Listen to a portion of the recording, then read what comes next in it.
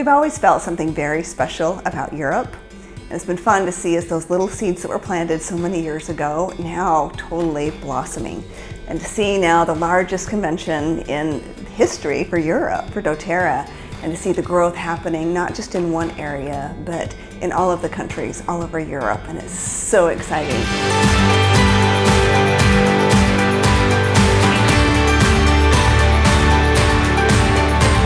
As I looked out over the sea of people and I saw how many languages the presentations were being translated into, I got goosebumps over my entire body. When we talk about dōTERRA penetrating on a global scale, it's happening right here in Europe.